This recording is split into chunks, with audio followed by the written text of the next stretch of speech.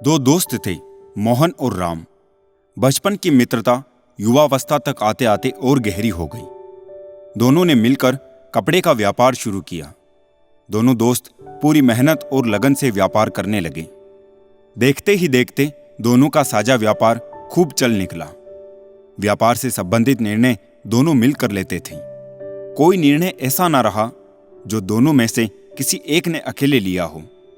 उनके सटीक निर्णय, आपसी प्यार व रजामंदी, मेहनत और लगन से उनका व्यापार दिन दोगुनी रात चौगुनी तरक्की करने लगा। उनकी इस तरक्की से शहर के अन्य कपड़ा व्यापारी उनसे ईर्ष्या करने लगे। वो दोनों मित्रों में फूट डालने का अवसर खोजने लगे, क्योंकि वो जानते थे कि अगर दोनों मित्रों के रिश्तों में दरार आ गई तो उनके व्यापार पर भी इसका गहरा असर पड़ेगा।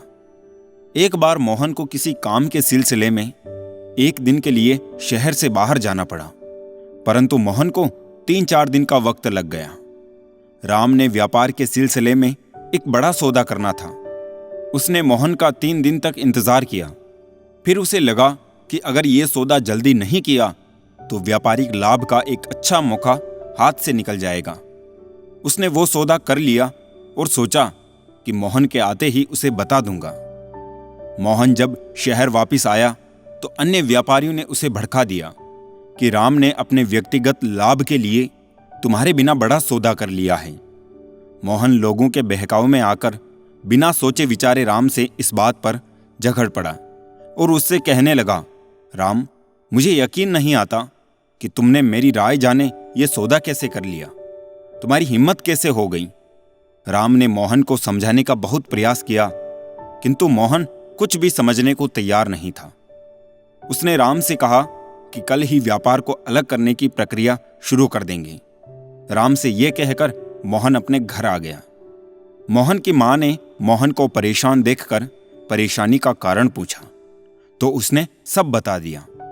मां ने गंभीरता से सोच विचार किया और फिर मोहन से कहा, ये जो हमारे आंगन में आम का पेड़ है, इसके सूखे व पीले पत्ते कहाँ गए। मोहन ने कहा, गिर गए होंगे। तो मां ने कहा, अगर नहीं गिरते तो अच्छा होता।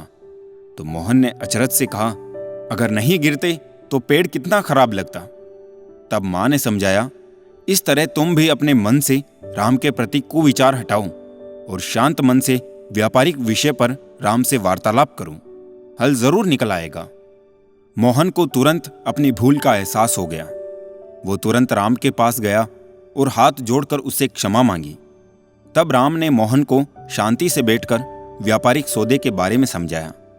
मोहन को जब सब समझ में आया तो उसने राम की प्रशंसा की। सार यह है कि दूसरों के बहकावे में आने की बजाय अपने विवेक और बुद्धि से काम ले, क्योंकि दूसरे लोग जो आपकी तरक्की और सुख से जलते हैं वो आपका पतन देखकर खुश होते हैं। अगर 2 भाइयों में अथवा 2 मित्रों में कोई व्यापारिक या पारिवारिक विवाद है तो उसे आपस में मिलकर घर की 4 दीवारी के अंदर बैठकर शांत मन से सुलझाए, हल अवश्य निकलेगा। 2 भाई, मित्र अथवा रिश्तेदार जब कोर्ट कचहरियों के चक्कर में पड़ जाते हैं तो विवाद का कभी ना कभी हल तो अवश्य निकल आता है, किंतु मन के अंदर जो एक दूसरे के प्रति खटास आ जाती है वो आने वाली कई पीढ़ियों तक खत्म नहीं होती।